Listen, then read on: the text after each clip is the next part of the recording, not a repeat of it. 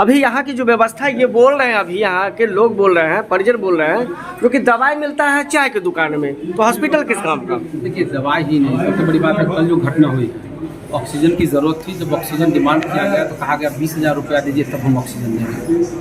और नवजात बच्चा मर गया। इससे 8 दिन पहले 10 दिन पहले भी एक नलभोगी के बच्चे के साथ ऐसा हुआ है और लगातार ऐसा हो रहा है। दवाई बाहर चाय के खोखा पर मिलता है। तो सवाल ये है कि इस संदर्भ में कल मैंने सिविल सर्जन से भी बात किया था शाम में, कोई भी मीटिंग या कोई भी कार्रवाई उस बच्चे को तो नहीं लौटा सकता नहीं। किसी को एक बच्चा नहीं होता है तो 10 भगत के यहाँ मंदिर मस्जिद करता है कि एक बच्चा हो, एक पैदा हुआ बच्चा मर गया, कोई भी कार्रवाई उस बच्चे को तो नहीं लौटा सकता है। अभी कुछ भी कर लिया जाए, कोई भी मुआवजा दिया जाए, उस बच्चे को तो नहीं लौटाया जाएगा।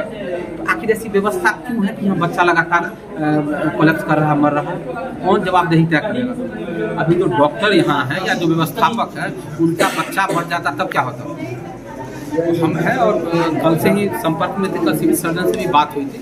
अभी देखते हैं कि अगर संतोषजनक कार्रवाई नहीं होगी तो इस पर फिर धरना प्रदर्शन आंदोलन किया जाएगा। लेकिन ये सब राजनीतिक बातें हैं, इस समस्या का समाधान नहीं है। समाधान ये है कि सिस्टम कैसे ठीक है। अब बताइए, गरीब आदमी सरकारी हॉस्पिटल में कौन आता है? गरीब आदमी आता है। और यहाँ दवाई नहीं दे के सेटिंग किए हुए बाहर में, तो वहाँ दवाई लोग 50 रुपया का दवाई 250 रुपया में। कौन? इसको आप कह सकते हैं कि मरा नहीं है बच्चा, ये हत्या की गई है। अगर समय पर उसको ऑक्सीजन मुहैया करा दिया जाता, व्यवस्था रहता, तो बच्चा नहीं मरता।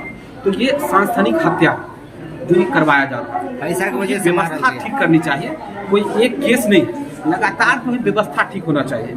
और कोई भी कार्रवाई बच्चा को नहीं लौटा सकता है, कोई भी कार्रवाई नहीं लौटा सकता है। इस पर संवेदनशील होकर यह देखना है कि जब सरकार की व्यवस्था है तो सही ढंग से सबका इलाज हो।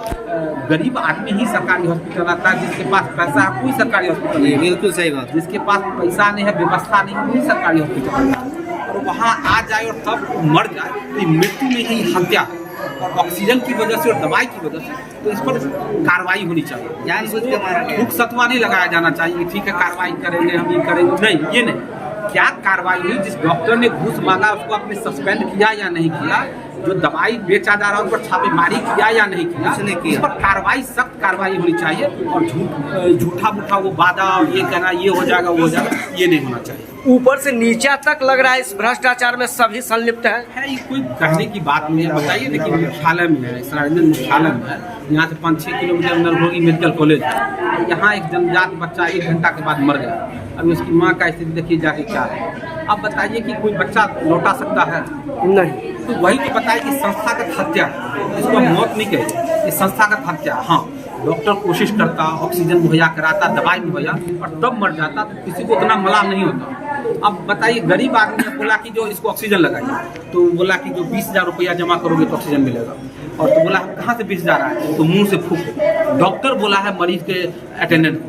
अब इससे बड़ा दुर्भाग्य की बात कुछ हो सकती है?